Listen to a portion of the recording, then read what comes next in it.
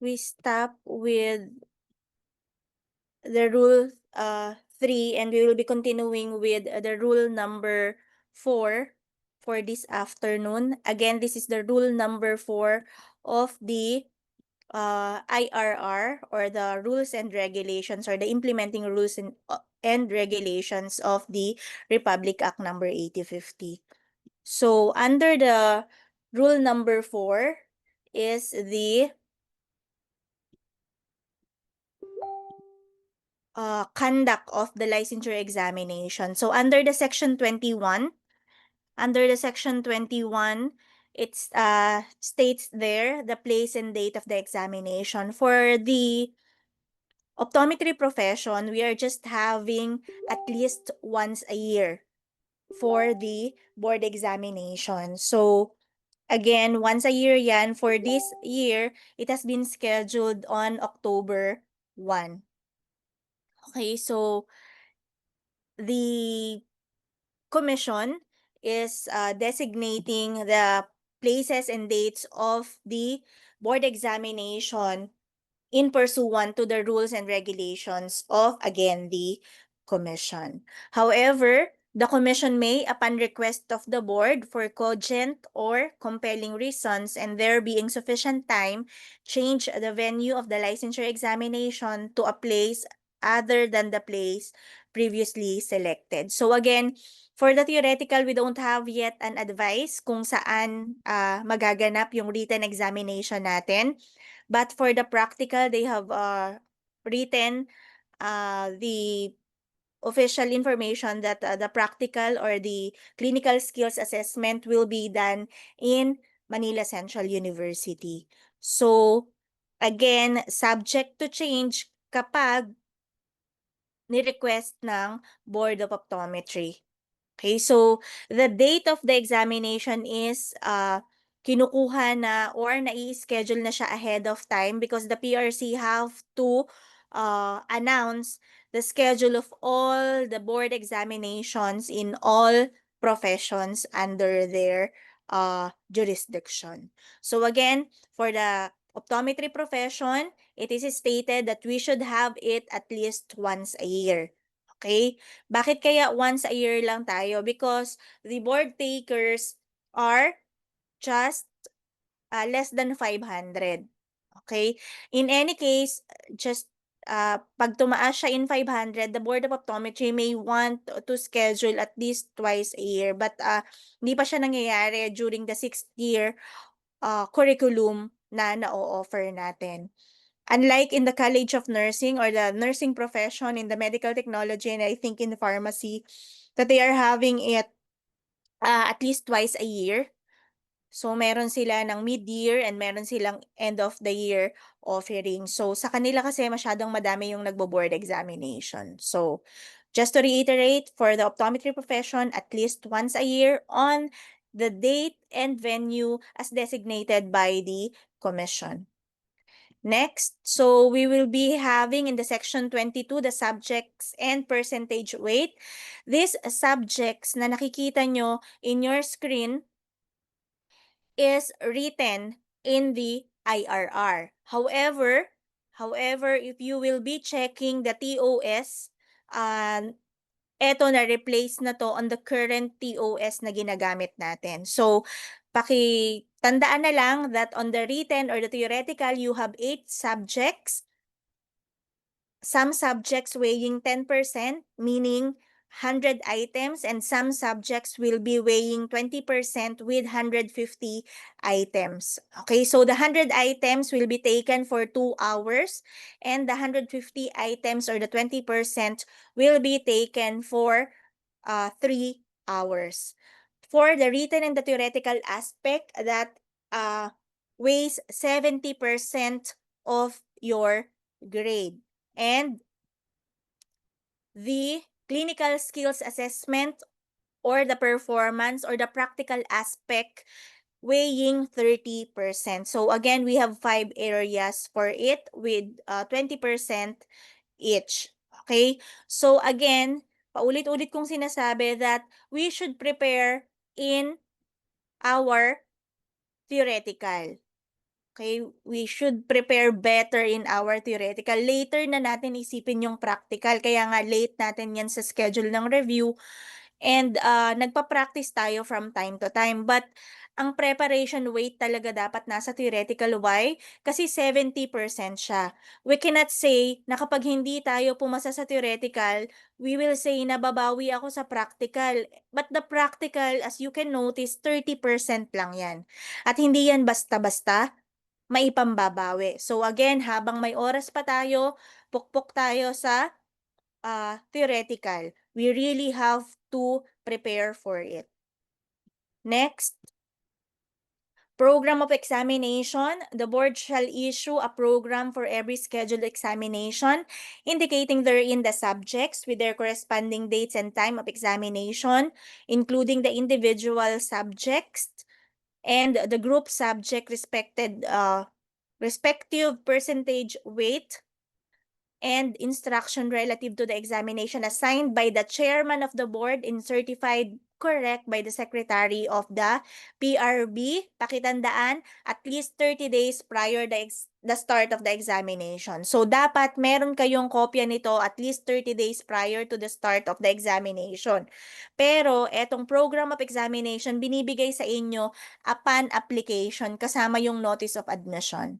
So kapag nakapag-apply na kayo, tinanggap na kayo sa PRC, nakapag-schedule na kayo, kasama sa i-release sa inyo yung program of examination. Nandoon lahat ng requirements, even in the practical, kung anong mga kailangan yung bilhin, kung kailangan yung dalahin, patient requirements, all of those are indicated in what we call the program of examination. Next, in section 24, qualification requirements for applicants for examination. So let us see kung pasok ba tayo or pwede ba tayong mag-apply for the qualification or the application for the examination. So you should be a Filipino citizen, and the proof that you can show that you are a Filipino citizen is the birth certificate as released by the PSA. Okay?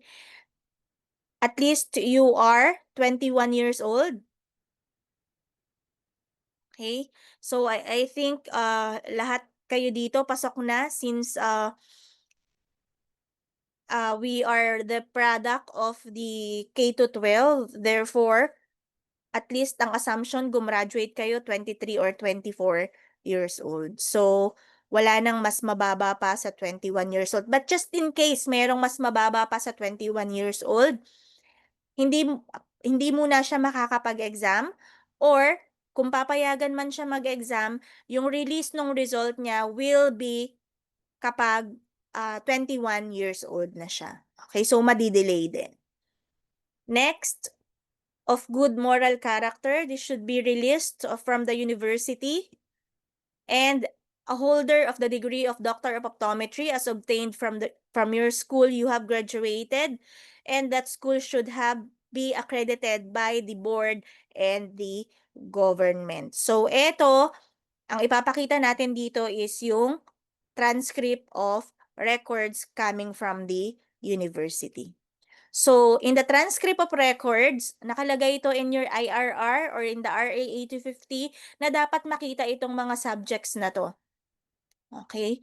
So, all the subjects na nakasulat doon sa TOR nyo should be reviewed kung pasok doon sa mga subjects and the units na nakastipulate in the IRR. So, all the subjects na kinukuha nyo is hindi lang basta naisipan ng university, where following the guidelines of the CHED and the Board of Optometry.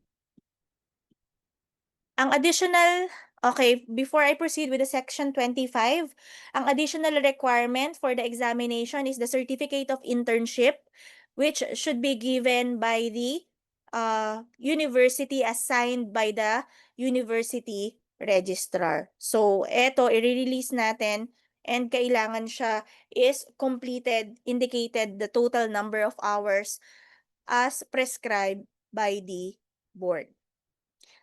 On the section 25, filing of application for examination, please do remember that you should file at least 20 days before or prior to the first day of examination. So, the deadline is at least 20 days. I think the deadline for the optometry is September 1. Okay? And that is 20 days prior October 1. Exclusive exclusive of the non-working days. Kaya September 1 siya. Okay? Yun ang count nun. September 1, that's 20 days prior the first day of examination. Please do remember that. So again, we should be having the proof of Philippine citizenship from the PSA. If you are married and you will married, babae to ha, since may change ng surname, kailangan dala-dala natin yung marriage contract natin. This is not anymore the NSO. This is from PSA also. Again, marriage certificate or marriage contract para doon sa mga married na gagamitin yung surname ng husband nila. Okay? Again, that is coming from the PSA.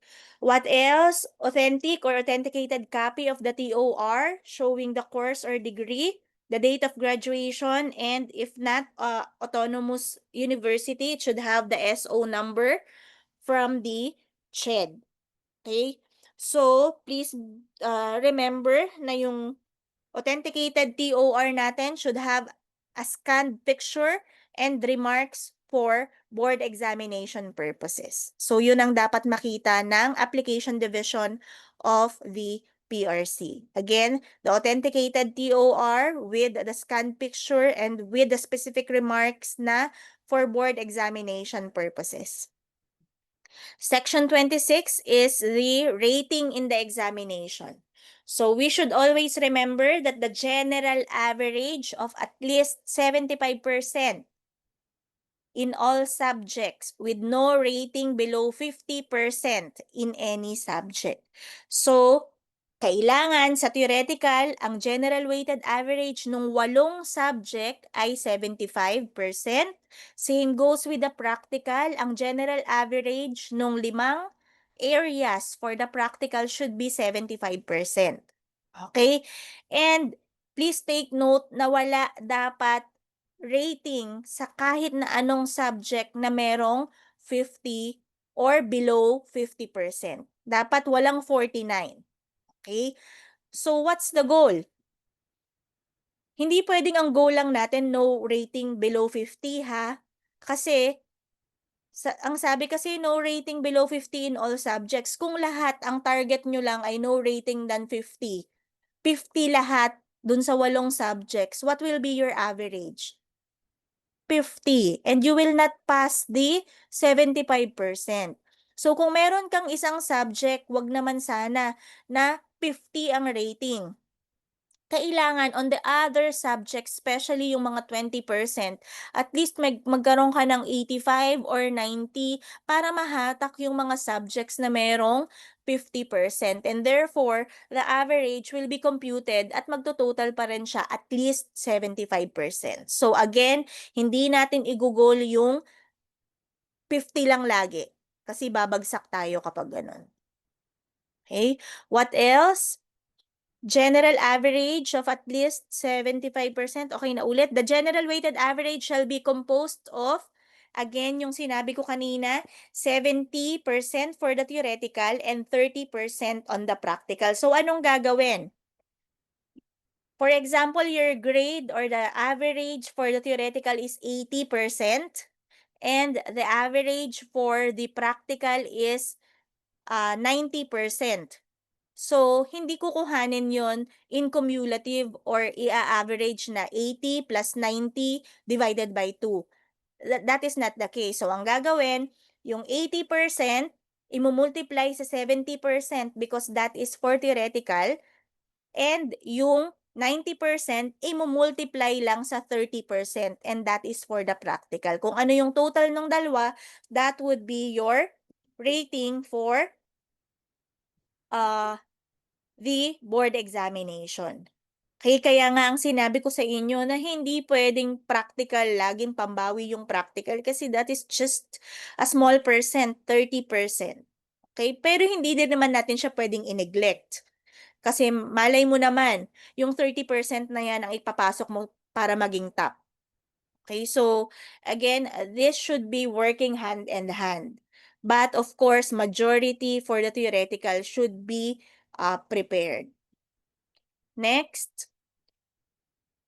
Okay, eto na yung sinabi ko that to pass the licensure examinations, an examinee shall obtain a GWA 70% for theoretical and 30 for practical of 75% or higher with no subject rating below 50%. So, eto, meron tayong nakikita lagi na rating na conditioned or conditional. Again, eto ay dinidiscuss lang natin for the sake of discussion ha, hindi para i-imbibe at gawin natin goal. Okay, baka lang maitanong in the board exam kaya natin pinag-uusapan. So you will be graded conditioned if you have a weighted average of 75% or higher, but one of the subjects ay nagkaroon ng rating na below 50. So, on that note, kapag kunyari lahat naman, okay, lahat above 50 and nag-rate ng 75% yung total average niya in the theoretical, and sa theoretical optics nagka-grade ka ng 49. Okay, in the next examination, ang kukuhanin mo na lang na subject is the theoretical optics. Okay? So,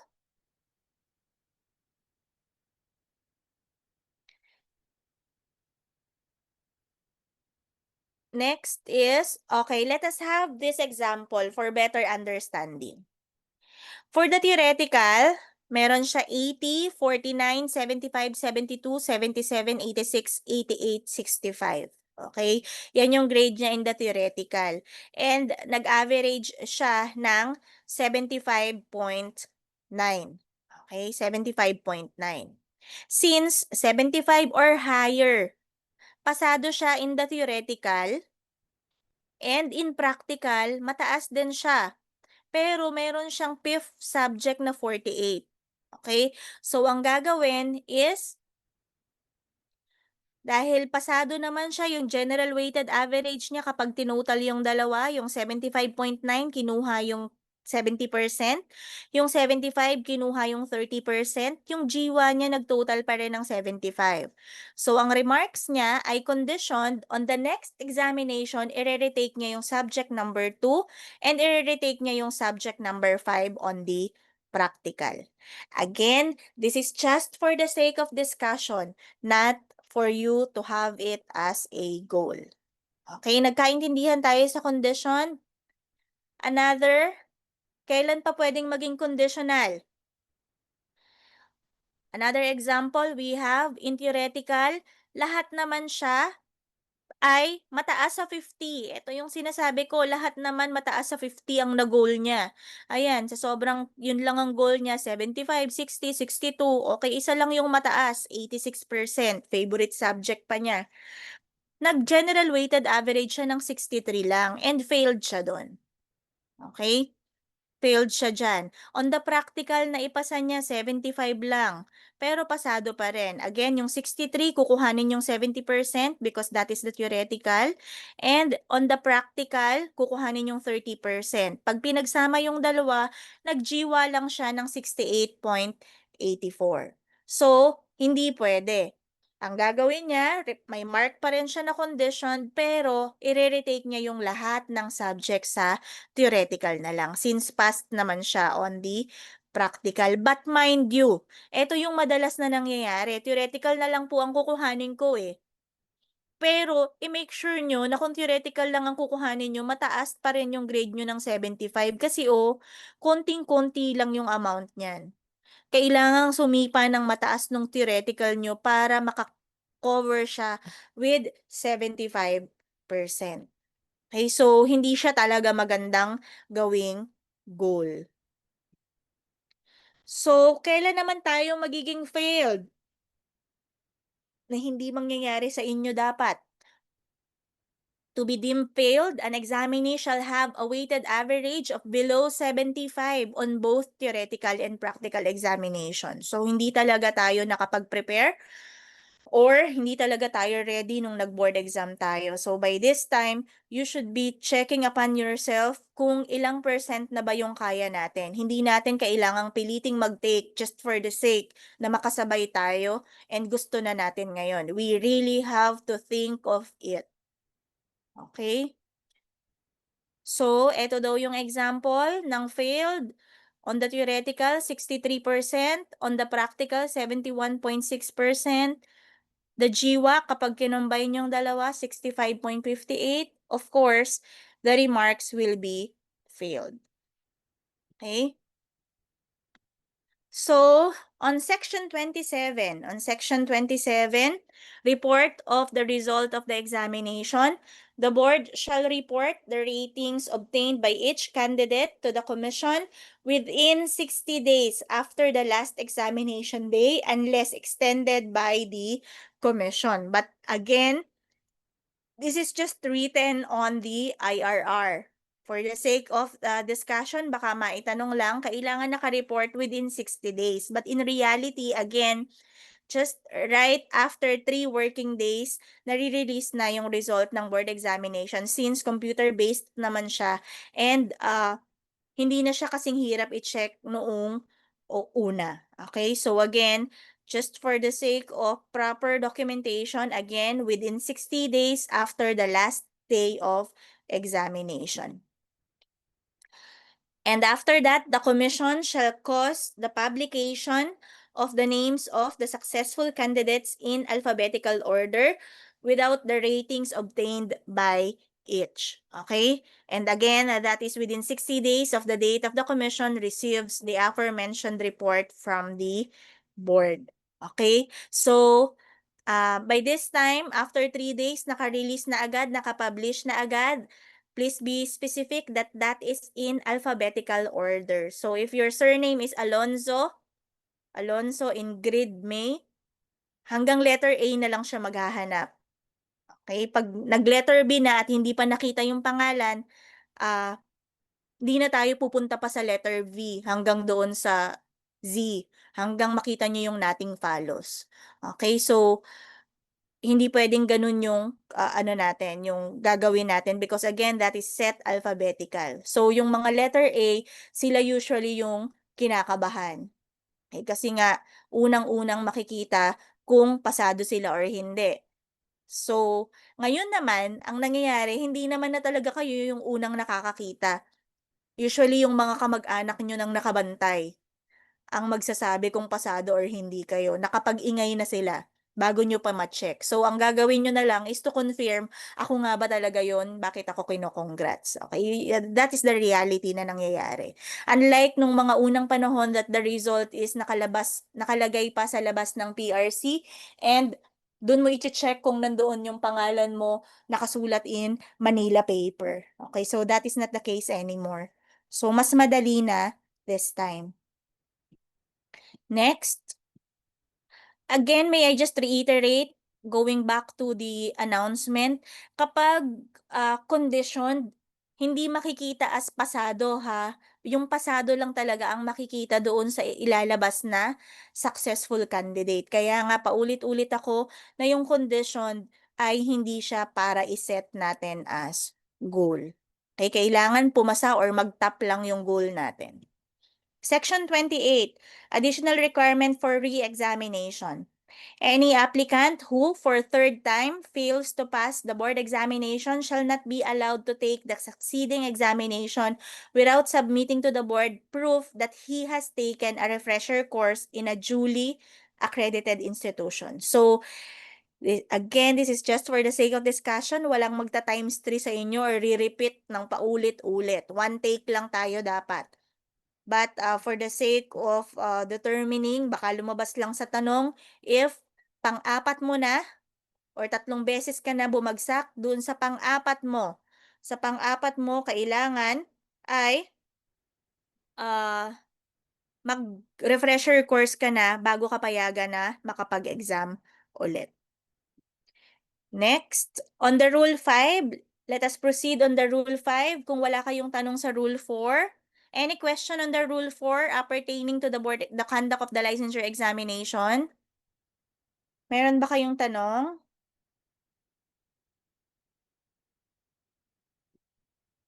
Okay, hearing none or reading none, wala ring nag-comment, we will proceed with the rule number 5, which is specific for the special certification examination for the use of specific diagnostic pharmaceutical agents or our DPA.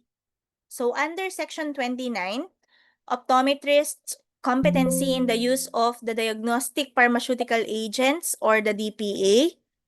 Persons who have been admitted to the practice of optometry prior to the passage of the Republic Act No. 8050 must take a course in pharmacology to be prescribed by the Commission on Higher Education and pass the special licensure examination to be administered by the board before they are allowed to use the DPAs. Okay, so sino-sino tong mga to?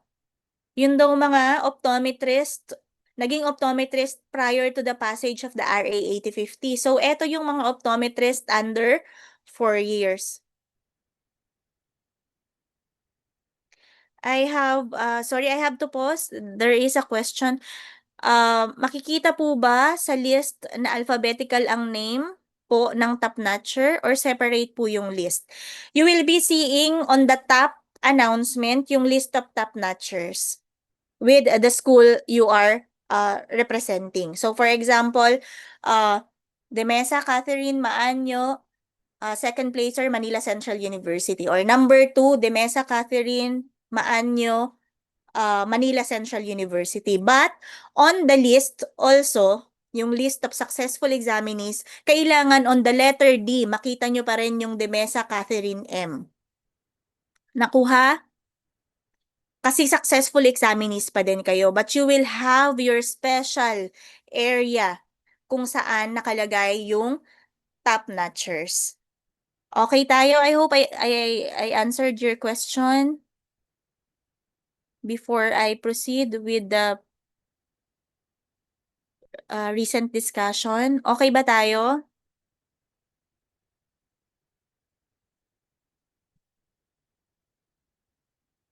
Okay, so okay na siguro?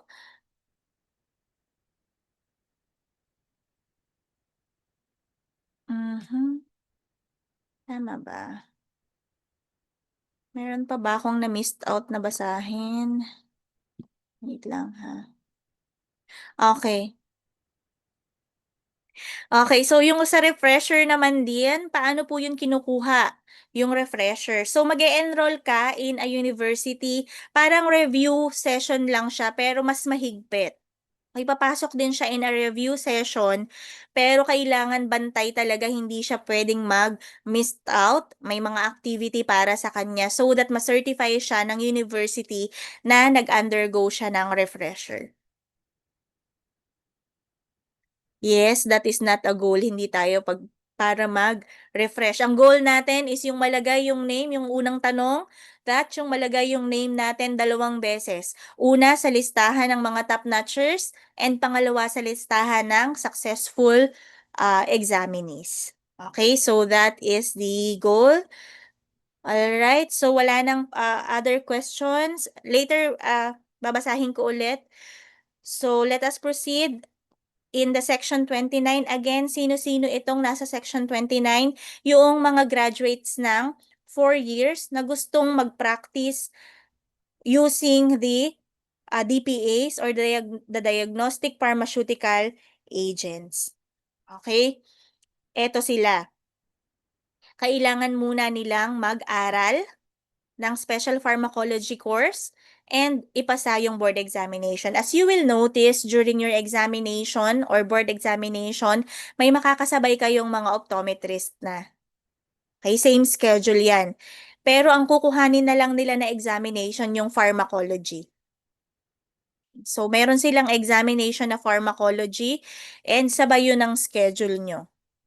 So, sila yung mga optometrist na gustong mag-practice ng gamit yung mga DPAs natin or maka-align with the 6-year program. So, madali lang ba yon? Nag-aral lang ba sila basta and nagdesisyon na mag-take? Let us see. So, bago makapag-take, kailangan ng authenticated copy of the Certificate of Registration as Optometrist. So, dapat pasado na sila nung 4-year course nila sa board examination. Also, kailangan ng authenticated Xerox copy of the PIC or the Professional Identification Card. So, kailangan updated yung ID nila. And letter C, Certificate of Completion of the Special Pharmacology course as again taken by a certain university.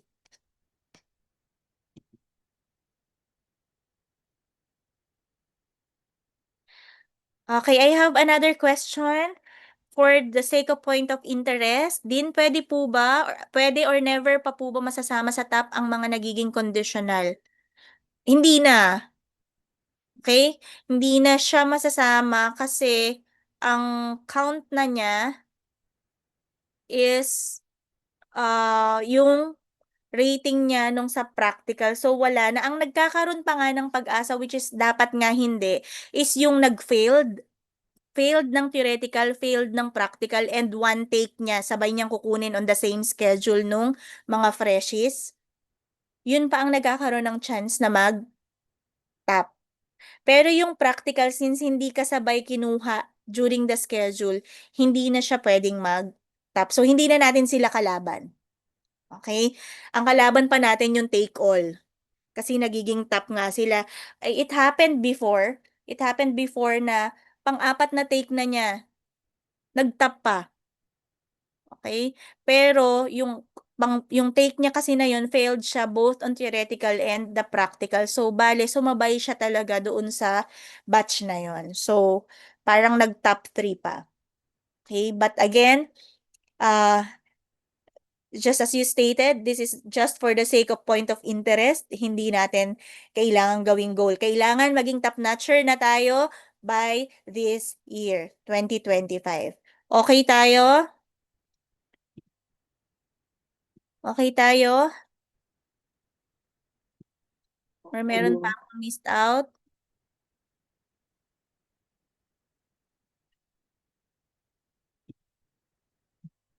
Okay, so since wala pa this time, okay, sige, proceed lang ako and then magche-check ako from time to time ng messages.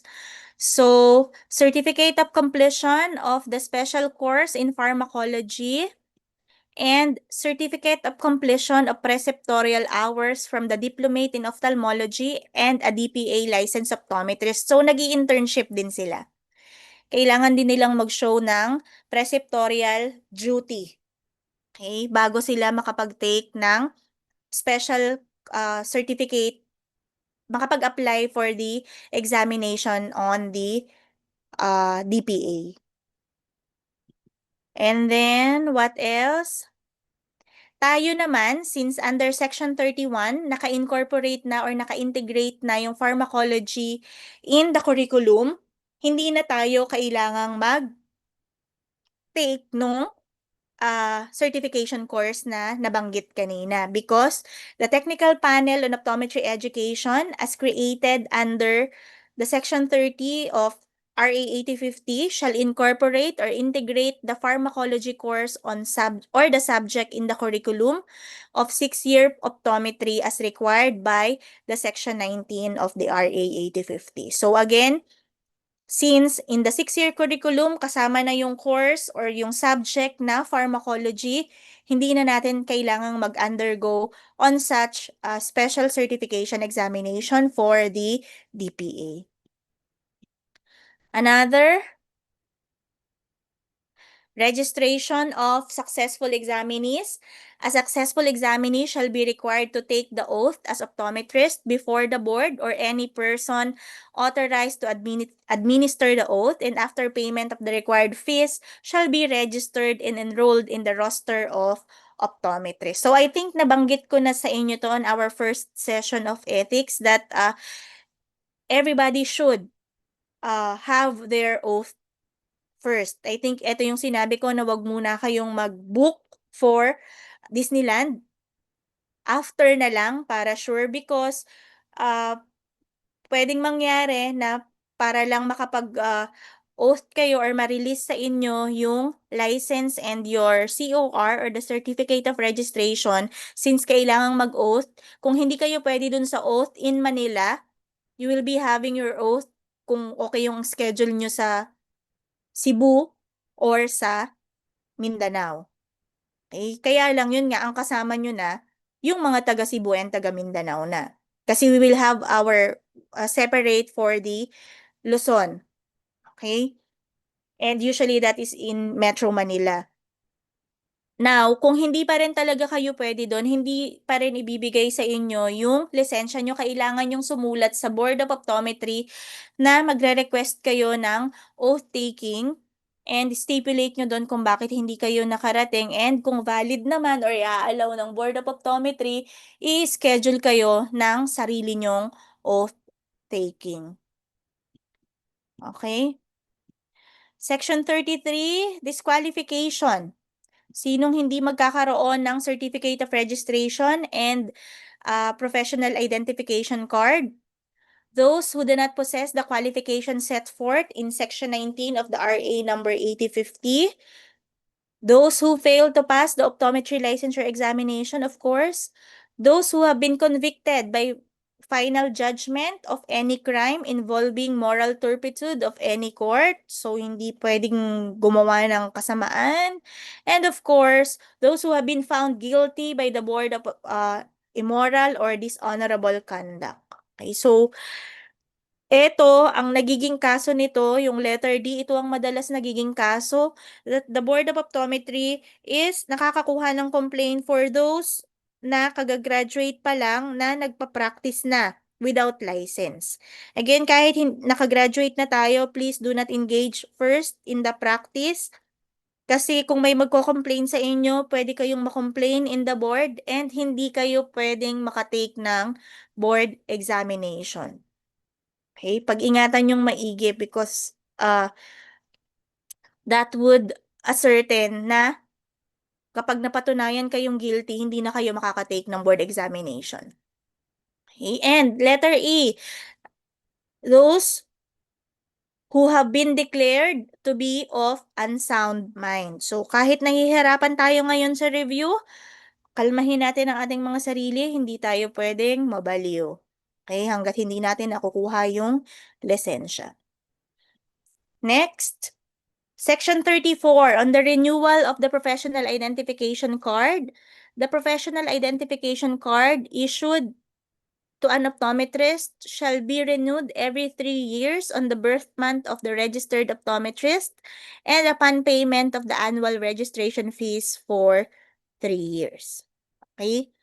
So, again, pakatandaan, renewed every 3 years on the birth month of the registered optometrist and upon payment of the registration fees for 3 years. So, hindi naman dahil sinabi na on the birth month, aantayin pa natin kung ang birthday natin December, aantayin natin nung December or paminsan aantayin pa natin talaga bang eksaktong birthday natin pupunta tayo sa PRC or magre-renew tayo para ma-my day natin. Okay, hindi na kailangan ganun because in 6 months before the expiration, pwede na tayong mag-apply so that hindi na hassle, walang putol yung walang araw na hindi valid yung professional ID natin. Okay po? Next. Section 35.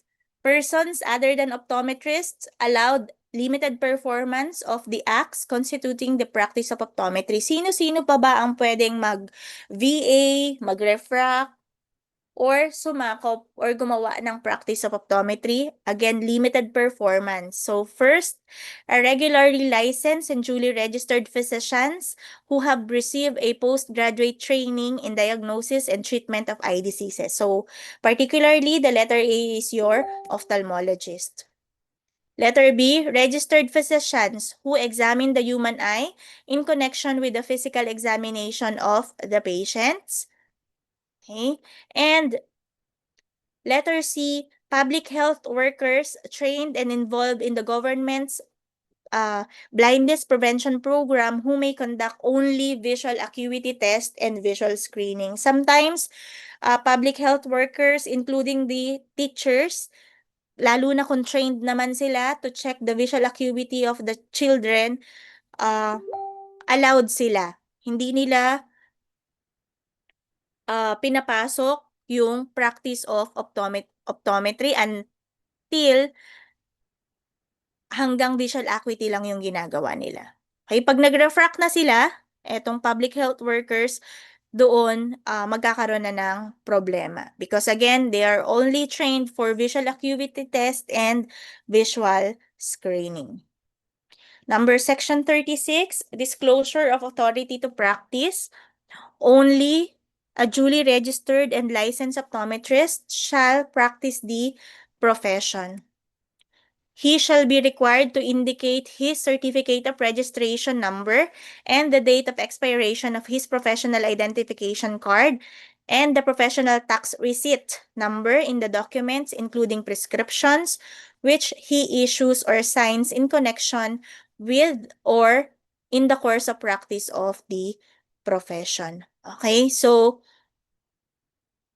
kailangan naka-indicate yung license number natin in all our prescription. Ang hindi madalas ginagawa dyan is yung PTR. Pwede ba kapag naging professional na tayo, gawin naman nating responsibility that we pay our professional tax or the PTRs. Okay? Binabayaran yan sa city kung saan kayo nagpa-practice. Would you like to know kung magkano lang yan a year? That is just 300 pesos a year. Wag na nating dayain pa. Ambag na natin yan dun sa municipality or dun sa city kung saan tayo nagpa-practice. Kasi yung PTR number or the receipt number, yun ang ilalagay natin doon sa baba kasama nung ID natin, doon sa mga prescription na isusulat natin. Again, yung PTR number ay iba-iba every year. Hindi porke kumuha ka ng PTR ngayon, ay forever mo na yon. Every year, nababago yung PTR number mo and that is a sign that you are paying your professional tax.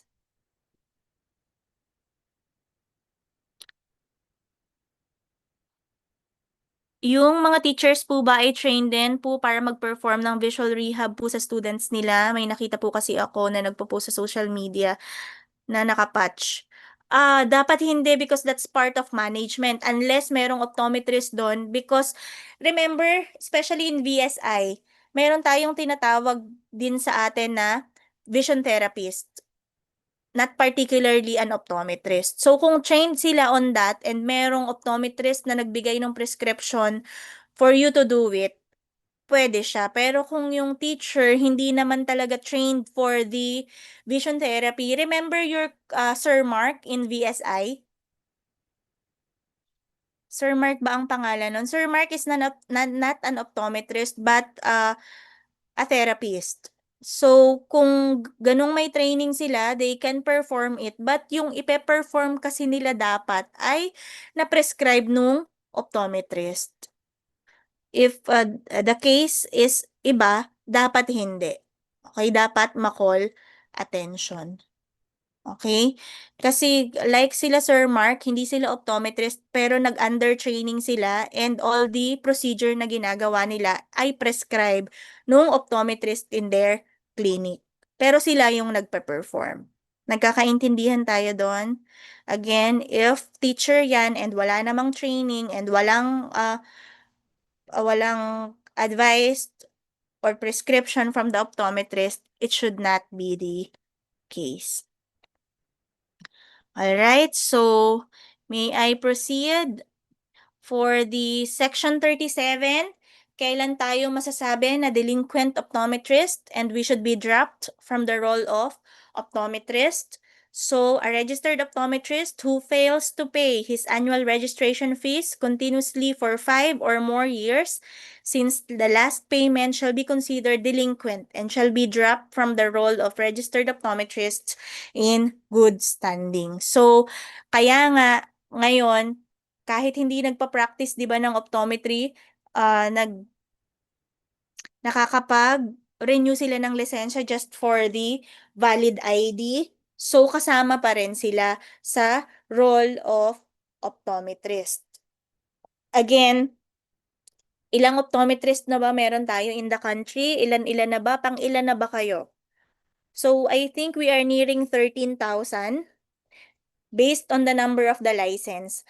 Last a year, ang lisensya is nasa 12,000 pa rin pero nearing the end na. I just don't know kung for this year, since 300 plus kayo, kung mako-cover na yon or aabot na tayo sa 13,000. But mind you, nagigets nyo yun? Kasi ako, ang number ko is 9798. So, pang 9,798 optometrist ako. So, kung ano yung number ng lisensya nyo, yun ang pang ilang number kayo ng optometrist. And, nangyari yan, yung 001 patay na, and marami in between na hindi na nagpa-practice. Okay? And wala naman tayong traces or wala namang nag-i-inform. As long as you are renewing naman your license, nandun ka pa rin sa role of optometrist. Kahit pang valid ID mo na lang yon, kahit Disney princess ka na, ayaw mo nang magtrabaho. As long as nire-renew mo, kabilang ka pa rin. So again, in the recent numbers, meron lang tayong active na 6,000 optometrist. Active yon out of the nearly 13,000 or pagpalagay ng 12,000 na lang. Yun lang yung optometrist that we have in the country. Okay, next, Section 38, reinstatement, reissuance, or replacement of certificates of registration, professional license, and professional identification card.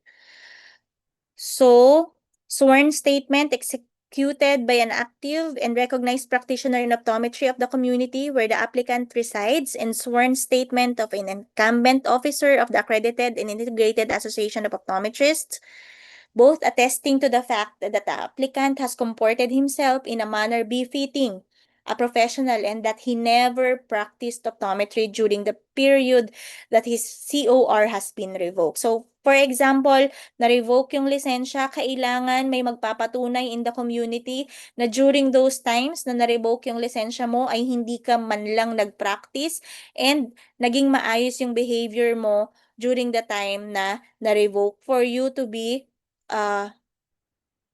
given the reinstatement of license. Also, kailangan din ng NBI, subject to the approval of the Commission, granting that the said application or petition for reinstatement. Okay? So, again, etong rule number 6, section 38, this is just for the sake of discussion ulit ha. Hindi para i-imbibe at gawin natin at ipa-revoke natin yung lisensyang pinagkahirap-hirapan nating gawin or kuhanin. Okay?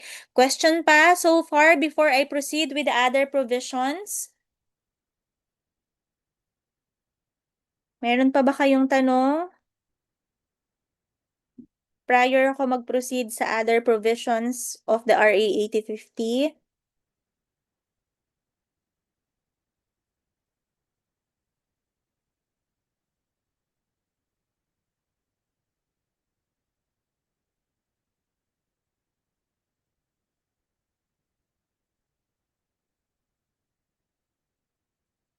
Okay, since wala, we will proceed. So, other provision in the RA 8050 is the Technical Panel on Optometric Education. So, to attain the objective of upgrading optometric education in the country, the Commission on Higher Education,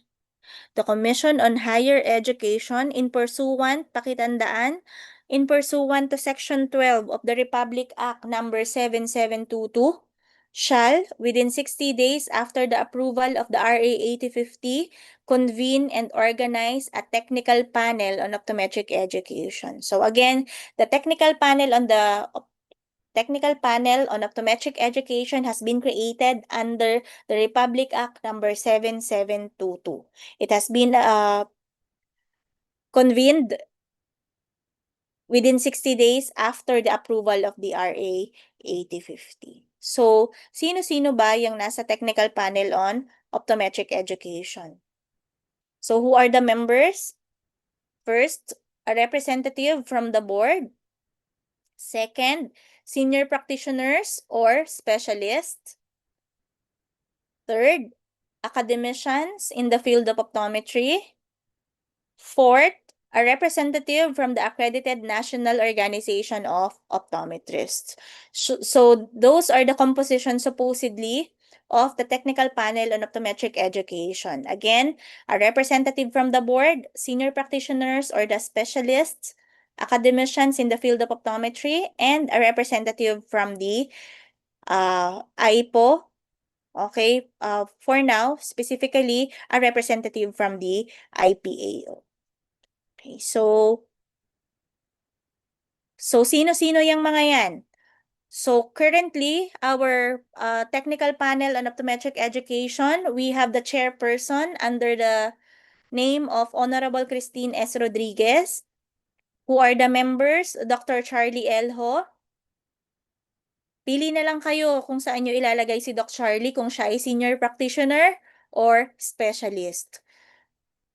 Okay, but doong category siya. Kayo na daw ang mag-decide kung senior siya or specialist siya. Number 3, Dr. Elena C. Borromeo, the Dean of the Central Escolar University, will fall under the academician. Number 4, Dr. Jessica F. Torre, the Dean of the AIAC Cavite, will fall also under the academician. And number 5, Dr. Maria Elizabeth B. Valconcha will fall on the accredited organization which is representing the IPAO.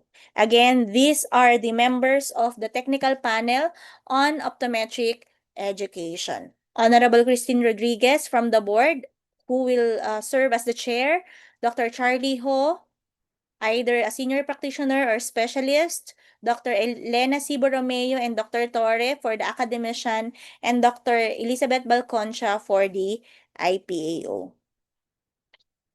Next. On the other provisions, under Technical Panel on Optometric Education, ano-ano bang ginagawa nitong mga to? So first, setting a minimum standard curriculum for the study of optometry to be implemented in all schools offering optometry as an undergraduate course and degree. Okay, so sumusunod tayo sa kanila. Sila ang nagsasuggest sa Commission on Higher Education kung ilang taon ba dapat, anong dapat pag-aralan, ilang units ba dapat. Okay? Next, establishing teaching standards including the qualifications of members of the Faculty of Schools and Colleges of Optometry. What else? Monitoring the progress of the program on the study of optometry and undertaking measures of the attainment of a high quality of optometric education in the country. So, nagvi-visit sila in every school of optometry to check kung kumusta ba yung progress nung college, and nag-evaluate sila periodically ng performance ng educational institution. Okay, for the purpose of granting accreditation and incentives as well as for the imposition of sanctions when warranted. So, pwede silang sabi sa or mag-recommend in the Commission on Higher Education that a school of optometry is for closure. So marami na 'di ba na naisara ng schools or hindi na nagpatuloy, as that is either nagkusa silang mag-offer na magsasara na sila, or for some is na-recommend ng Technical Panel on Optometric Education for closure. Bakit nako-close? Kasi hindi sumusunod sa standards, walang mga gamit, and what else? Hindi tumataas yung performance in the board examination, because dito yon magpo-fall sa evaluating periodically the performance of educational institutions. So, kumusta ba yung board performance? Kung sunod-sunod na mababa yung performance, there is a possibility na maisara na yung school offering optometry. Next, under other provision is the foreign reciprocity. No foreigner shall be admitted to the optometric board examinations unless he proves in the manner prescribed by the rules of court that by specific provision of law, the country of which he is a citizen, subject, or national either admits Filipino citizen to the practice of optometry without restriction or allows them to practice optometry after an examination on terms of strict and absolute equality with citizens, subjects, or national of the said country, including the unconditional recognition of prerequisite degrees prescribed by the Commission on Higher Education. Okay, I have a question to answer before discussing the foreign reciprocity. Sila rin po ba ang responsible to grant institution to start offering optometry po like sa UP Manila po na ongoing if ever? So, yes. So, magsasubmit ang nangyayari naman kapag gusto mong mag-open ng program, as for example, for the UP Manila, so the UP Manila will submit the requirements for opening of course to the CHED, and yung CHED ibababa yun sa Technical Panel on Optometry Education. So yung technical panel, i-review nila yon kung tama or akma yung lahat ng requirements prior the approval. But for the information of everyone, yung UP ay nag-undergo pa lang ng creation ng curriculum nila, and chine-check pa lang yung program of study. So medyo hindi pa doon nakausad. So, titingnan muna yung mga revisions or yung mga suggestions nila. But they also have to follow the uh, program as stipulated by the Commission on Higher Education. And as UP, since UP yan, if yun ang concern nyo, ang pwede lang nilang galawin is yung sa GE or yung general education subjects. Although in the CHED, para sa optometry may nakalagay na uh, anong mga subjects yung dapat kuhanin, pero sa kanila meron silang sariling guidelines for the GE. But still, for the professional subjects, they should undergo or kailangang makater yung lahat ng natututunan dapat doon sa nakastipulate in the curriculum from the Commission on Higher Education. Okay po. Next. Yeah, I think okay na. Okay, so for the foreign reciprocity, kung if ever lang, 'di ba one of the requirements for the application for examination is Filipino citizen. So, for example lang, merong foreigner na gustong mag-take or i-challenge yung board examination natin. Kailangan makapag-submit pa siya ng request to the Board of Optometry, and kailangan yung country na pinanggalingan niya is accepted yung mga Filipino optometrists to practice also upon passing their exam. Kailangan may ganong rule. Pero pag kunyari, hindi naman tayo accepted, like for example in the US, hindi tayo accepted to practice our profession in the US, kailangan pa nating mag-aral. Hindi sila pwedeng mag-exam dito. So your next question is, din yung pong last year na nag-top is graduate siya from Australia. Do you recall? Yung first placer natin last year graduated from Australia, and she challenged our examination. So, siya naman is ibang case naman siya kasi hindi naman siya talaga foreigner. Filipino siya, Filipino citizen na nag-aral sa Australia. So, what happened there is, nag-request siya sa Board of Optometry na makredit yung mga kinuha niya in Australia. So far naman, nag-suffice yun, sumobra pa nga, and inallow siya to challenge the uh, board exam in the country. So again, that will not fall under foreign reciprocity ha, kasi hindi naman siya foreigner. Siya ay isang Filipino na nag-aral sa ibang bansa, particularly in Australia. Next. Another thing in the other provision of the law, integration of optometrists, in order for every optometrist to contribute to his profession and to bear his share or of professional responsibilities, all optometrists shall be encouraged to join and be integrated into one national organization which shall be recognized by the board and the commission. Every optometrist, upon registration with the board, may become a member of the Integrated National Organization. So right after nyong makapasa, you are expected to be joining the accredited organization, which is the IPAO. But yeah, so may I see? So what is the purpose? The Integrated National Organization of Optometrists shall promulgate the Code of Ethics for the practice of the profession, define the professional responsibilities of its members, and to ensure adherence to said professional ethics and responsibilities, and improve the standards of the profession and enable all optometrists to discharge their public responsibility more effectively. Okay? Membership and dues. All members shall be subject to the payment of reasonable fees and dues for the effective discharge of the purpose of the Integrated National Organization, and an optometrist shall receive the benefits and privileges appertinent to his membership only upon payment of the required membership fees and dues. So for now, the membership fees for the accredited organization, which is the IPAO, is 1,000 per year. And of course, meron ding other organizations. So the integration of optometrists into one national organization shall not prohibit the creation of other association of optometrists as organized by individual optometrists themselves. But then again, this is supposedly on the first provision, sinabi that all optometrists should be encouraged to be part of the accredited organization kasi sila yung kakausapin ng Board of Optometry, sila yung kakausapin ng PRC. But you are not prohibited to create ng sarili nyong association. Okay? So, do we have any point of discussion as of this moment?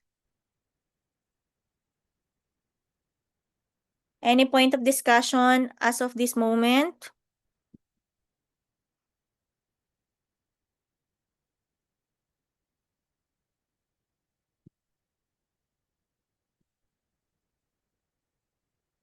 Okay, kung wala, I will be proceeding to the next presentation. You may want to type pa habang pine-prepare ko yung next PowerPoint natin.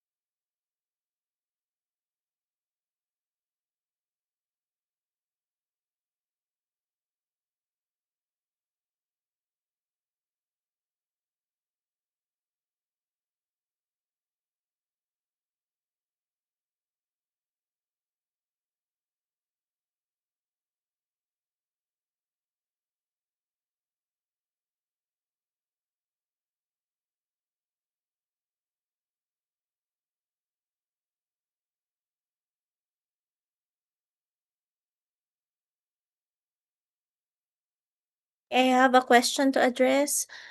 Good afternoon po din. My country po ba na allowed tayo mag-practice na hindi po need mag-aral ulit? Yeah, in the Middle East, you just have to challenge the examination and you may want to practice there. Kaya marami tayong nasa Middle East na mga nagpa-practice. I-challenge lang natin magkakaroon kayo ng lisensya doon.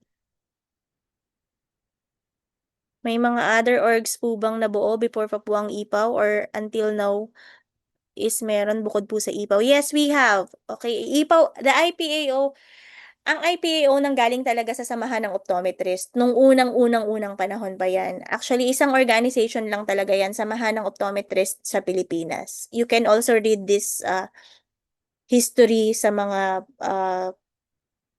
iba't ibang organization pages. Ang unang-una talaga ay samahan ng optometrist sa Pilipinas.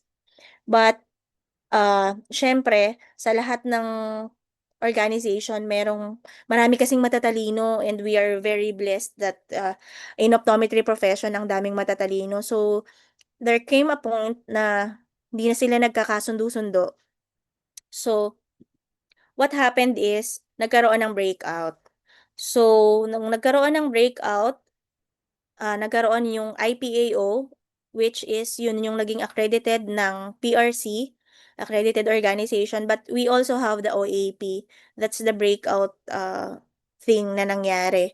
So, primarily, again, meron tayong IPAO, which is the accredited, and we also have another organization, which is the OAP. And dahil nga hindi naman bawal mag-proceed, marami pang organization ang nangyari. Okay, we have the PCO, but the PCO is more of on trainings and seminars. Hindi talaga siya yung as organization.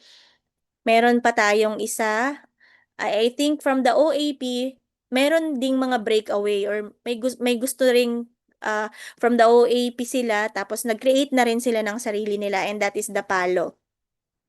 Ay, hindi yata PALO. PALO is not accredited. Sorry, sorry. For a while, PADS. Yan. Philippine OD Society. Yung Philippine OD Society. So, from the OAP din yan. So, meron tayong PADS. What else? Parang yun lang yung as of my knowledge na naka-registered sa SEC. Okay, but again, all the things na ibinababa ng PRC, ang kapartner niyan is the accredited organization, which is the IPAO. Ang masama nga lang, hindi member, ang karamihan ng complainant ay hindi naman member ng IPAO talaga. Okay? So, okay tayo doon sa question mo so that I can answer the other questions. If yes, yeah, eto kanino po namin i-request yung certificate of internship and ilang working days po yun, pinapa-prepare ko na po. Okay, but again, kasabay yun sa clearance nyo ng TOR. So, pinapa-prepare na, and just like last year, kami na ang nag-submit sa registrar for signature. So, just wait on it. Inaayos na po natin yan. Okay tayo? Any other concerns? Kailangan lang yung i-make sure nyo lang na yung attendance ay kumpleto kasi iisa-isahin yun from the registrar. So, you have to coordinate with your internship coordinator. Kung nakakomplete ba, siya ang mag-a-advise sa inyo kung sino yung may kulang, kung anong naging problema. Because kailangan naka-reflect yun ng tama. Okay? So, kung okay na tayo, we shall proceed with the rule number 7. Rule number 7 of the IRR is appertaining to the professional practice. So, on the section 39, advertisement, an optometrist in making known his services shall use only true, honest, and fair, dignified, and objective information or statement of facts. Unprofessional and unethical conduct in advertisement as used herein shall include but are not limited to the following acts. Okay, so using or permitting the use of advertisement which is self-laudatory as regards for performance of service, number and types of services, exclusively or superiority of methods of practice and instrumentation utilized. So, bawal daw ito, pero let's be mindful kasi lahat halos nagkakaroon na ng ganito, yung naka-enumerate yung mga services. So, ang bawal lang naman is yung laudatory, self-laudatory. Okay lang i-stipulate, this clinic is offering this. Pero pag sinabing self-laudatory, ano bang ibig sabihin nun? Nagyabang ka na. Like nakalagay, we are the only clinic offering the following. Or we are the excellent. So, yung pinapakita mo that you are superior to others. Okay? Our optometrist is the only trained and the most excellent optometrist in the country. That is self-laudatory. Okay? So, hindi siya Pwede. That would fall under unethical conduct in advertisement. What else? Using or permitting the use of achievement demeaning to the profession. So, ito na nga yun. And that would tend to foster, that is foster ha, to foster degrading and unfair competition, such as those which contain any form of reference to fees collected from the patient, especially those which state lower fees than customary rates insofar as it concern of examination. So, ito na yung malaking problema natin kasi lahat kayo may makikita ng 499, 399 complete eyeglasses. But at a certain point, meron kasing problema dito because meron din kapag corporate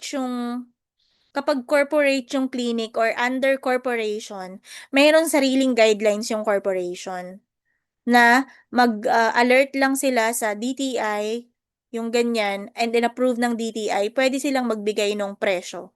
Okay? Ang nagkakaproblema pa nga, kasi sabi ginagawa daw ng malalaking kumpanya, gayahin na lang natin. Actually, ang masama, etong rules natin, mostly applied to the private practitioners, yung mga hindi naman naka-corporate. Pag corporate kasi meron silang excuse. Pag tayo na private practitioners, we really have to follow these guidelines. But then again nga, hindi natin to nakikita as nangyayari because kahit saan kayo tumingin, nandun yung mga red tags, okay, ng mga presyo and all the pamurahan prices. Number 2, those which state in any form the rendering of free examination or other gratuitous services, bonuses, premiums.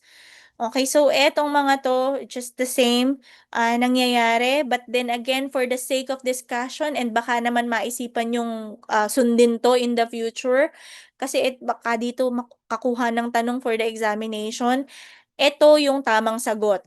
Okay, ito yung dapat na nakikita natin. Hindi yung nakikita nyo sa labas, ayun ang tama. Paulit-ulit kong sinasabi na hindi dahil ginagawa ng marami ay tama. Always direct to the appropriate guidelines. Number 3, those which contain unrealistic, exaggerated, and false warranties as regards to service rendered. Using or permitting the use of advertisement which is undignified, immodest, and vulgar. Directly or indirectly soliciting patients by way of canvassing. Okay, kaya na-discuss natin, 'di ba, during the definition yung term na canvassing. Kasi nga, ito yung madalas na nagiging case natin. Yung house to house or nagbabara-barangay tayo. Unless otherwise, that is in a form of community and that community activities has been coordinated with the organization in the area kung saan kayo perform ng community service. Clarification lang po, kahit po honest and true yung advertisement, pero kung parang nagyayabang po is bawal. But if kunyari po, sabihin nag-train ng ganito, ganyan, pero walang word na only, yeah, can be. Kasi yung only, yung mga superlative, dun na nag-uumpisa yung pagyayabang eh. Pero kung i-state mo lang naman that you have undergone this training, wala namang problema. Iiwasan lang natin yung mga superlative na ikakabit natin dun sa advertisement natin. Alright. So, next is employing solicitors, public agents, entertainers, lecturers, and the like for the purpose of inviting or attracting patronage. Nangyayari to sa ibang lugar sa probinsya. Yung ang tawag ay sweeper, yung magtatawag ng mga pasyente para sa inyo. Using groups, institutions, or organizations. So, eto, yung number 3, bakit nagiging problema? Bakit ba ang dami ng organizations na kinukuha na lang yung optometrist and sila na yung nagpapagawa, sila na yung kumikita? Kaninong kasalanan? Kasalanan ng optometrist. Ba't kasi tayo pumapayag? Ba't kasi tayo pumapayag ng gano'n na i-re-rent or para bang pasaswelduhan tayo ng isang organization and tayo ang magche-check up ng 1,000 or 100 patients sa halagang ganito? Kasalanan natin eh, bakit tayo pumayag? So, dapat talaga we limit our transaction with the different institution. Kasi what happened is, inilalaglag natin or ino-open natin yung practice natin sa kanila. Okay, so, ang nangyayari, inaalila na lang nila tayo since sila yung may pang negosyo.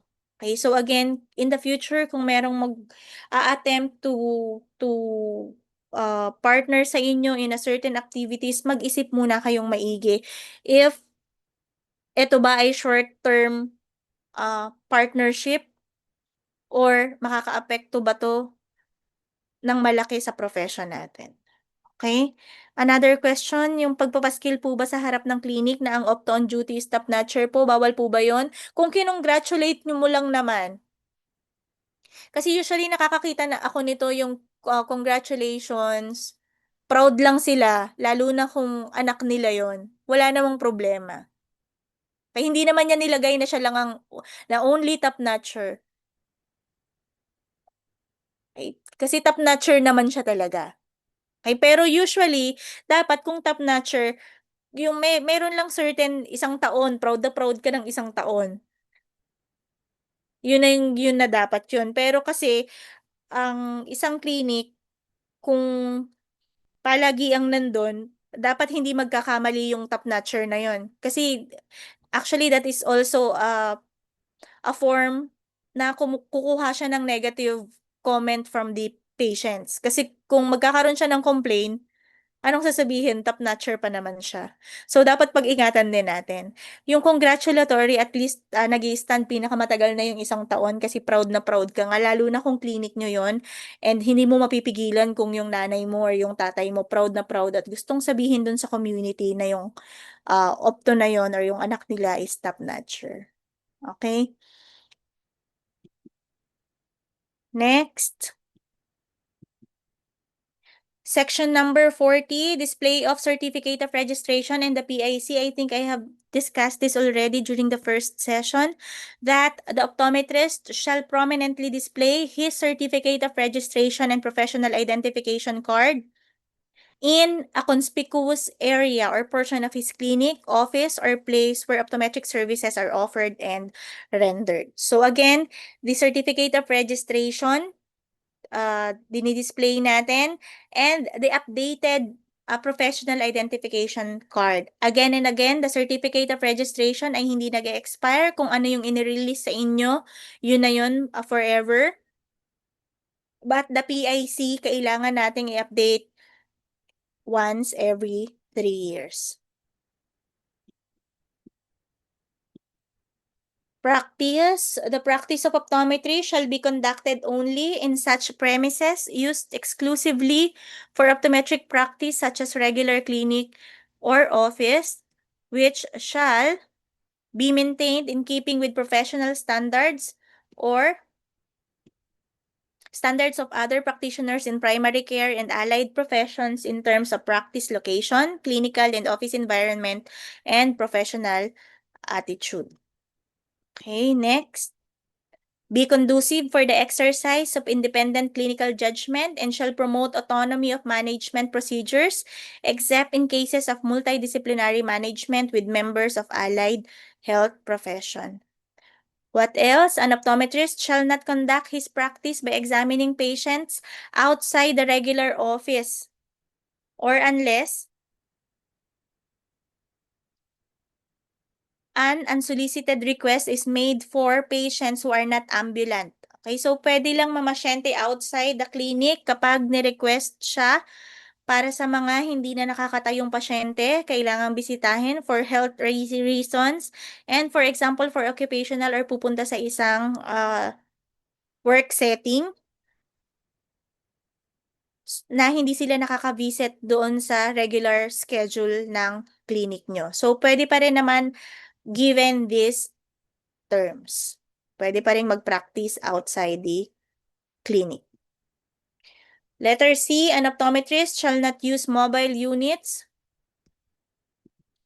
for the purpose of examining, dispensing, or selling eyeglasses or other visual aids unless with the permission and under auspices of the concerned national or local public health officials or the accredited and integrated association of optometrists through its local chapter in relation to public services. So, pwede kapag merong permission to have that, kukuha ng permit sa government kung saan nasasakop and to the accredited organization na nakakasakop doon sa lugar na pupuntahan nyo. Letter D, an optometrist may hold office or clinic together with members of allied health professions. So, mas madalas na nakikita natin ngayon yung partnership ng optical and dental. That can be okay or with the other allied health professions. For example, yung isang laboratory office na or clinic meron na rin dong optometry office. So, pwede din naman siya. Kailangan lang going back on the first letters that merong area specified for optometry and makakapag-decide siya ng sarili niya doon sa case. The optometrist should have the autonomy to decide on the actual case na nagpapacheck up sa kanya. Unless otherwise, kailangan ng desisyon ng allied health member for multidisciplinary approach. Section 42, consultant, advisor, or staff optometrist. Ang optometrist daw ay hindi lang para sa pagpapractice. Kung ayaw magpractice, lalo na yung mga hindi naman talaga gustong mag-opto, napilitan lang or napilit lang ng mga magulang. Ang gusto talaga magdaldal or ma-PR. You can be engaged as consultant to business industry, engaged in optical, ophthalmic manufacturing, and distribution. So, eto na yung mga consultant natin like for Essilor, Alcon, and other industry partners. So, pwede rin kayong mag-apply on such work. You may also be engaged as staff optometrist or optometric administrator by municipal, city, provincial, regional, or national government offices or agencies, research organization, educational institutions, insurance companies, or licensed health facilities or hospitals. So, marami tayong pwedeng puntahan. Mostly neglected is the educational institution. So, if some of you would be interested to be part of the academe, please let me know. Section 43, instruments and equipment. So, ito dapat ang nasa clinic na itatayo natin. Visual acuity charts, trial lenses and its accessories, phoropter and refractor. We should have ophthalmoscope and retinoscope. We should have ophthalmic chair. We should have slit lamp. And we should have dispensing tools. Okay, so ito dapat ay nasa isang basic clinic. Now, if you are going to practice yung iba't ibang specialization, meron pa in a specific guidelines kung ano-ano yung mga kailangan natin. For example, for binocular vision or for clinical orthoptics. So, merong specific na mga gamit na kailangan nating ilagay. Number section 44 for the office or clinic. The optometrist shall notify the board of the location of his clinic within 30 days from the date of securing the premises for the purpose. Any subsequent change in location of the clinic shall likewise be reported to the board. Okay, so pakitandaan ito lalo na sa inyo na bago pa lang magtatayo or if ever may planong magtayo. Kailangan nating mag-notify sa board na meron tayong bagong clinic in a certain location. Ano ang battle cry ng Board of Optometry dito? Nalalaman nila na mayroong bagong clinic or optometry clinic in a certain location saan? Sa Facebook. Doon na lang nila nakikita. Walang sumusunod dito. Kaya nga, maghihigpit na yung Board of Optometry dito na kailangan talaga ma-notify nyo yung Board of Opto. Bakit ba kailangan pa silang i-notify? And bakit ba ayaw nating mag-submit? Kasi baka puntahan tayo and ma-visit kulang yung gamit natin? Ganun ba? Eh ano bang importansya niyan? Bakit kailangan silang i-notify? Because kapag mayroong mga gustong magtayo ng clinic in your area, lalo na kung multinational or sa iba't manggagaling sa ibang bansa kasi sila yung merong mga ah, puhunan, sasabihin ng Board of Optometry na, oh, in that area, hindi na pwedeng magtayo kasi nga, well-served naman yung community. Okay? Pero pag hindi niyo sila sinabihan or hindi sila informed na may clinic doon, pwede nilang sabihin, ay oo, kasi doon sa listahan namin, wala namang clinic on this area. So, maka-classify yung area nyo as underserved. So, pwede kayong mapasok ng ibang negosyante. So, mahalaga na sumunod tayo dito if magkakaroon kayo or magtatayo kayo ng clinic in the near future. Next. An office or clinic for the practice of optometry shall exclusively be used as such. It shall have professional setup. The office shall display only such certificates, diplomas, and similar documents attesting to the competence and educational qualifications earned by the optometrist. So, dun sa loob ng clinic, kung opto-clinic yan or optical clinic yan, kailangan kung gusto niyong mag-display, again, ang required talaga is yung certificate of registration and the updated uh, professional license, ID. But if you would like to post others pa, so pwede yung diploma, kung saan kayo nag-graduate ng opto, similar documents, yung mga trainings nyo, pwede nyong ilagay. Okay, para lang makita ng mga pasyente nyo na, madami na pala kayong trainings. Pwede sa loob.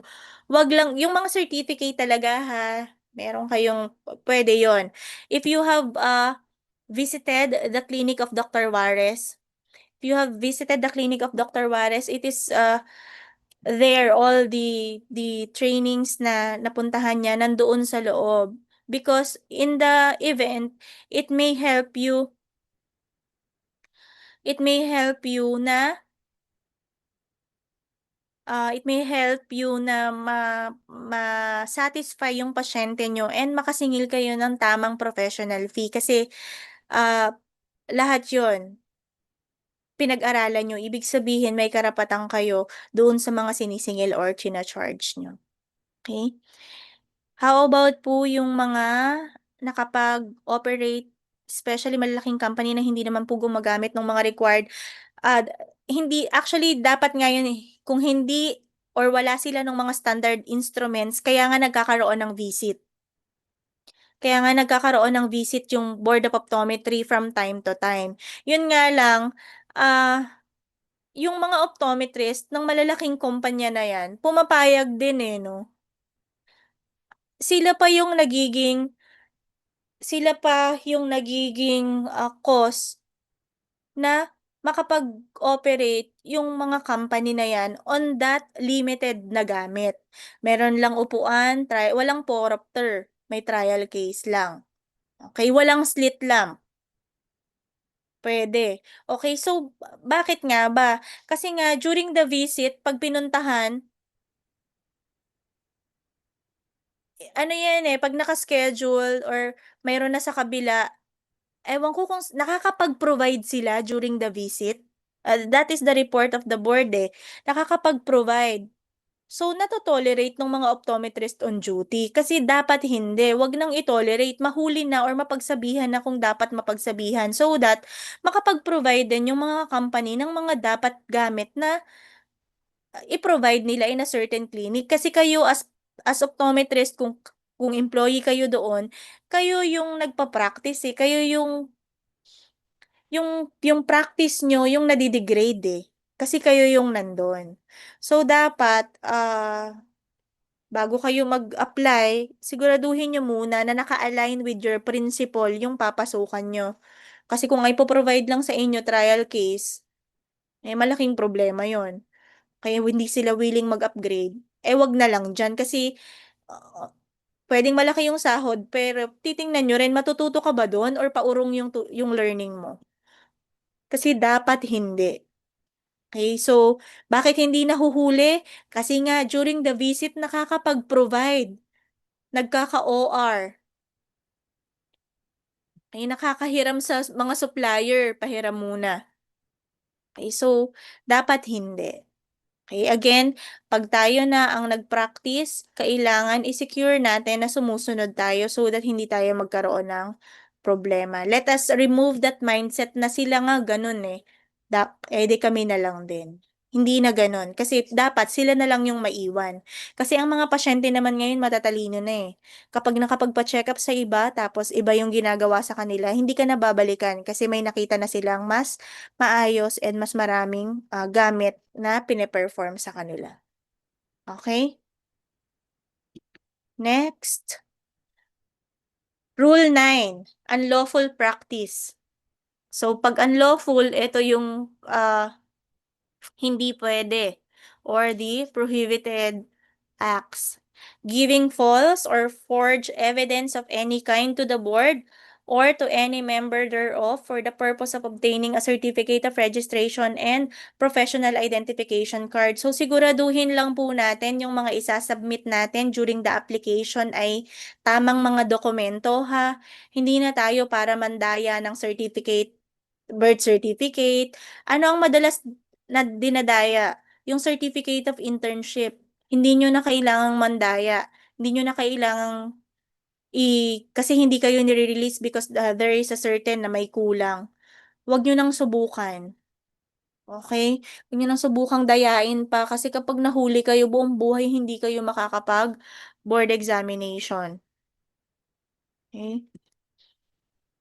Next, assumption, use or advertisement by a person not holding a valid certificate of registration and a valid professional identification card in accordance with RA 8050 of a description in connection with his name, title, tending to convey the impression that he is a duly registered optometrist. Okay, we have a recent case. I don't know kung nakapiyansa na or nakakulong pa din. This is just this week that, merong nahuli in the area, Sampaloc area. Ah, naka-scrub suit, nakalagay sa scrub suit yung pangalan niya and nakalagay optometrist. Unfortunately, upon checking by the NBI, napakita pa siya ng license ID niya. Yung license ID niya ay, 2014 na issue. Pero upon checking, wala siya sa list of optometrist sa PRC. Ibig sabihin hindi siya nakapag-board. Fake yung lisensya niya, okay. And, madami pa. Yun nga lang ang masama, kaya alam ko 'tong case na 'to, kine-claim niya na graduate siya ng MCU. So, up until yesterday, retract ko lahat ng records kung hanggang kailan ba siya nag-aral sa MCU so that, mapabulaanan naman natin na hindi siya graduate ng MCU. Okay, so you see kahit graduate na or ano, kailangan yung pag-ingatan kasi hindi lang natatapos sa inyo yung kaso if in case.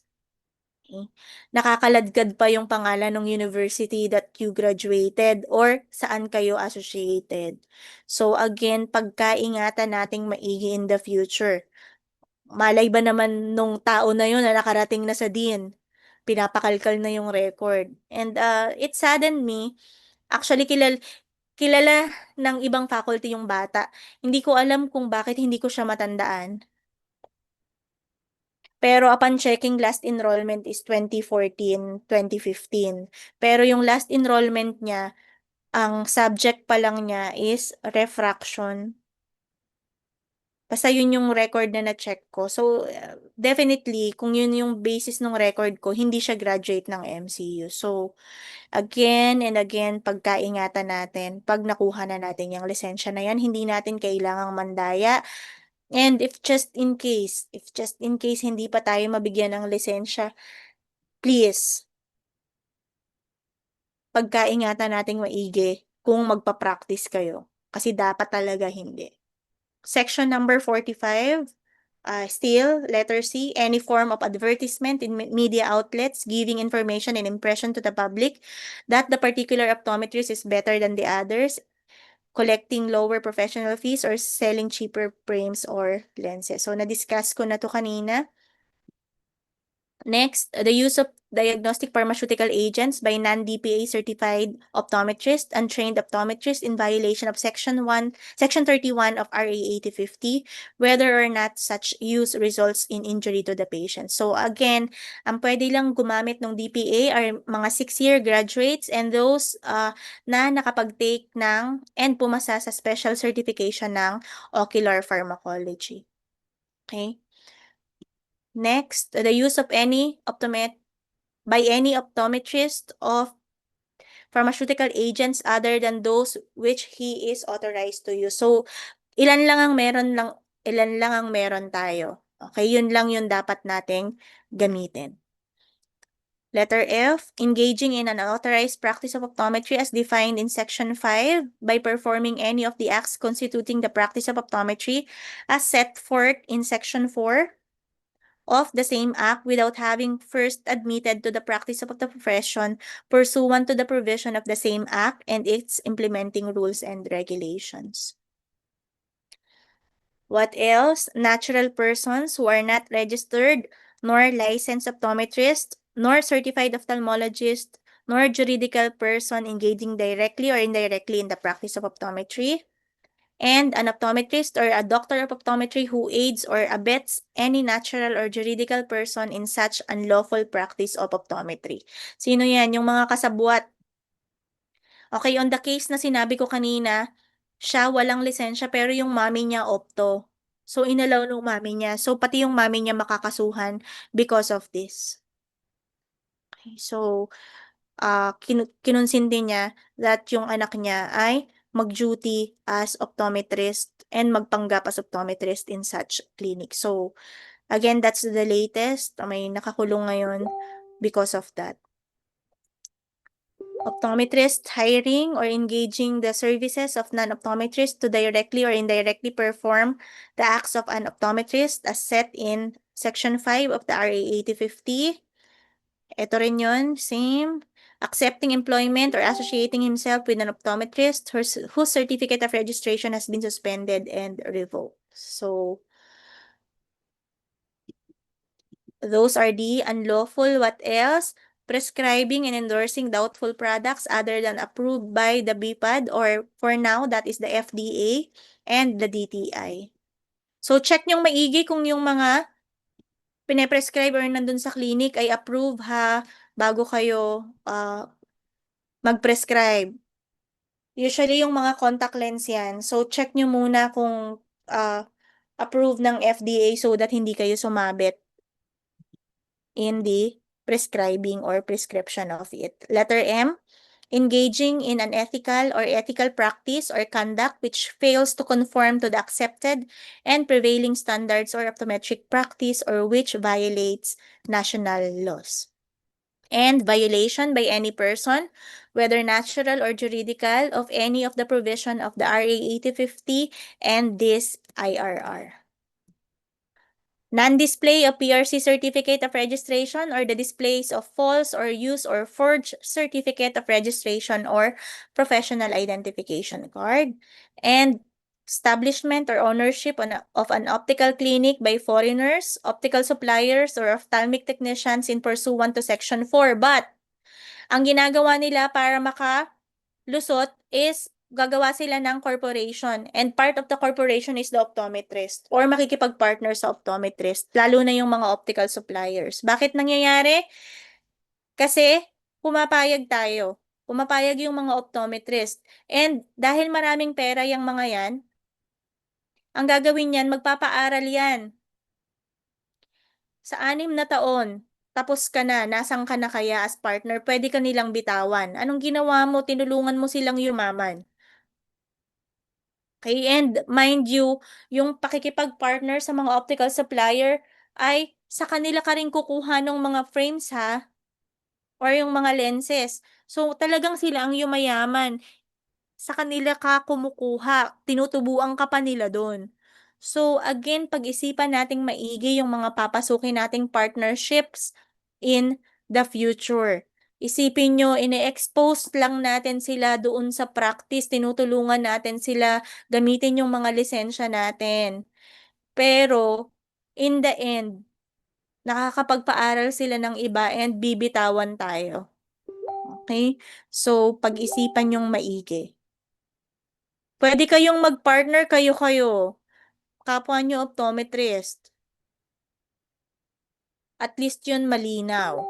Okay, pwede kayong magsama ng pera. And I don't understand why others pinipili pang makipag-partner. Kasi sa pagtatayo naman ng isang clinic ng optometrist, hindi naman talaga kailangan ng malakihang malaki. Kung meron ka lang kalahating milyon, pwede ka nang mag-go because other things naman like yung mga gamit ay na-o-offer naman ng mga industry partners natin in terms.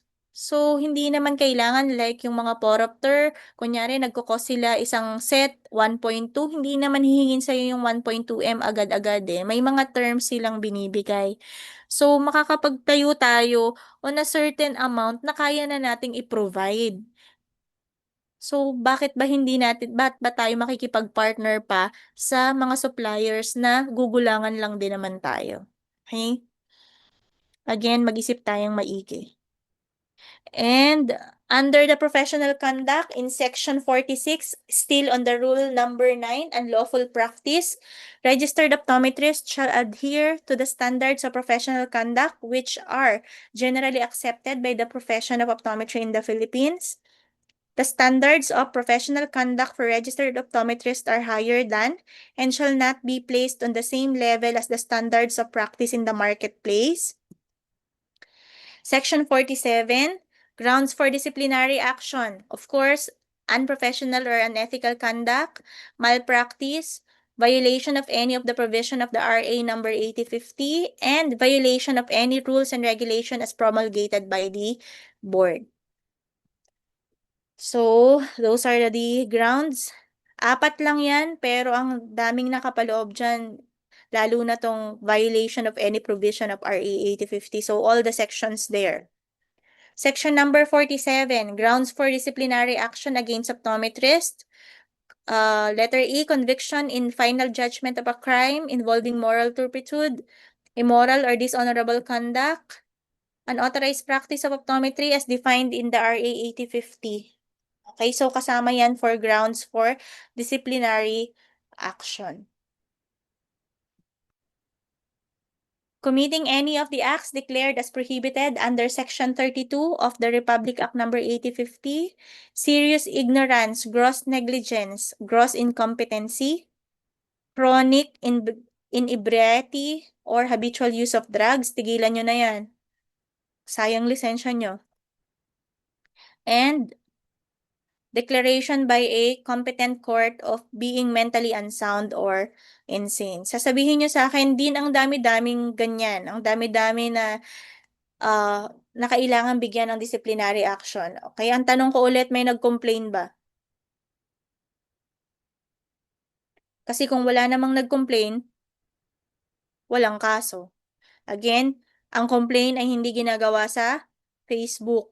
Kailangan verified complaint. Pag sinabing verified complaint, yan ay sinumpaang salaysay sa harap ng korte or napanotaryo na kaya mong ilaban hanggang dulo. Kung sa Facebook lang yung complaint, tumigil ka na. Baka ikaw pa ang ma-idemanda. Okay, so again, kung gusto nating magreklamo, gawin natin sa tamang paraan.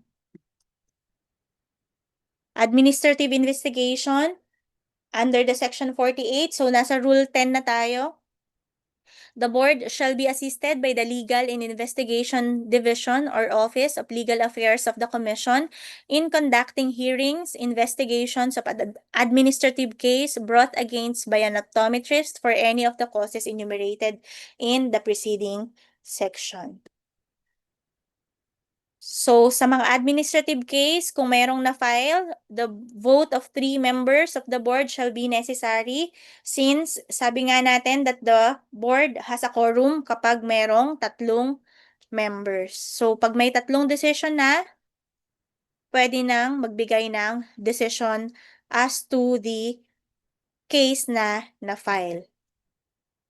Section 50, finality of the board's decision.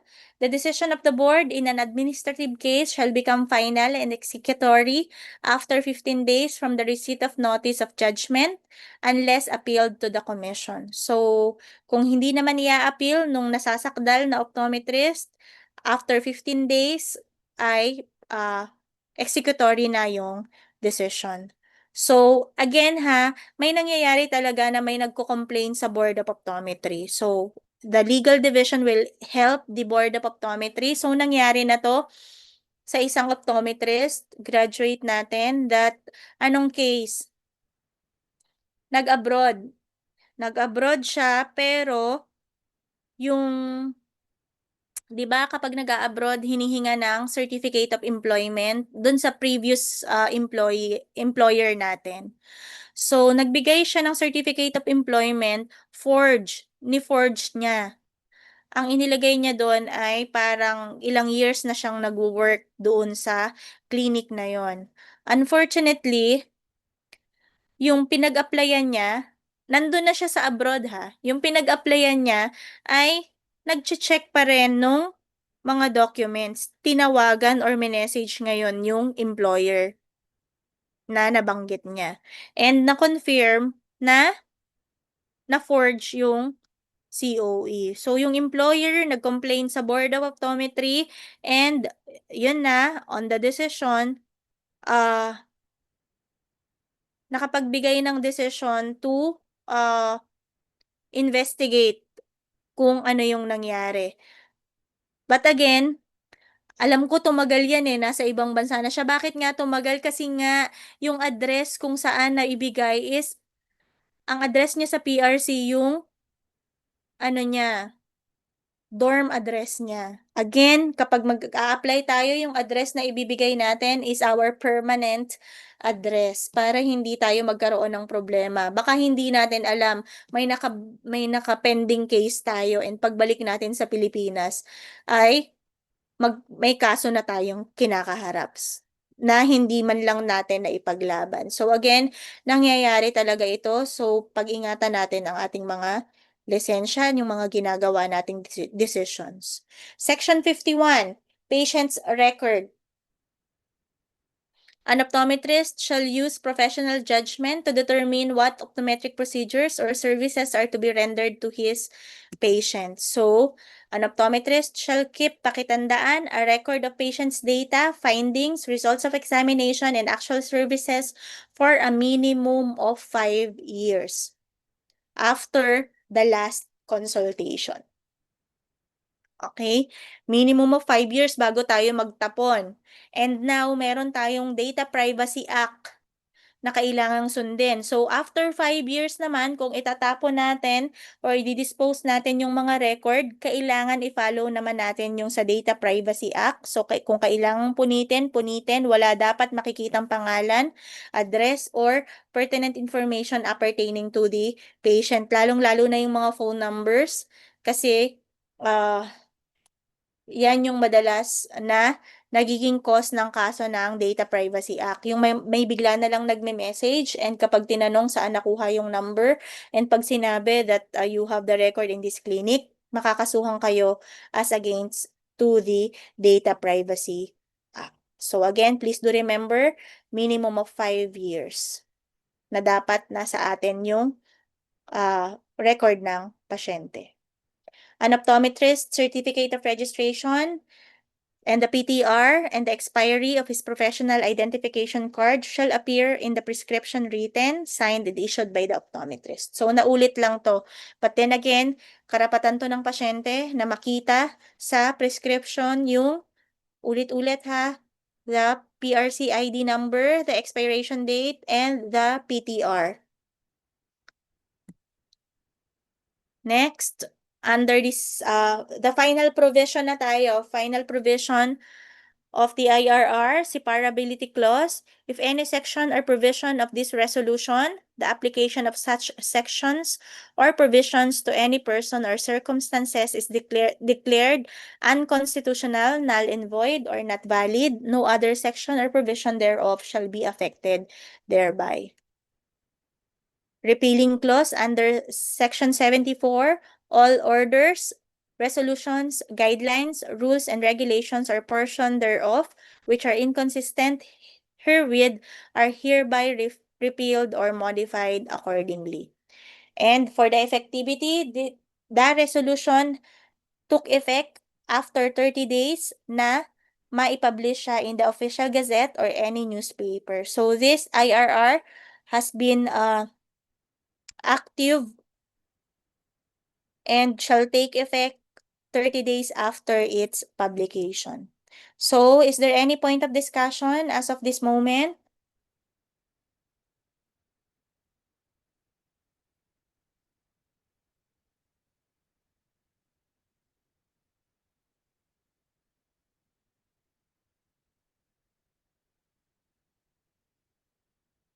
Any point of discussion?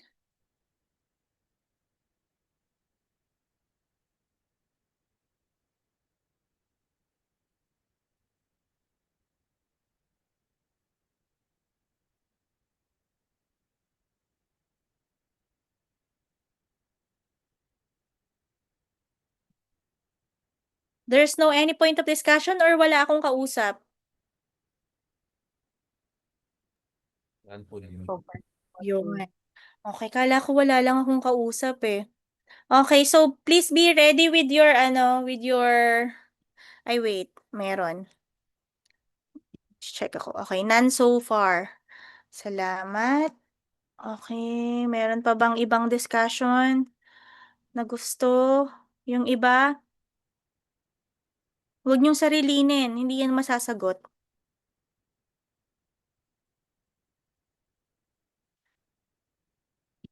Okay, let's be ready for the Kahoot. We will be having the live Kahoot. Okay? Ipe-prepare ko lang and you may type pa rin kung mayroon kayong concern before mag-Kahoot, ipe-prepare ko ha.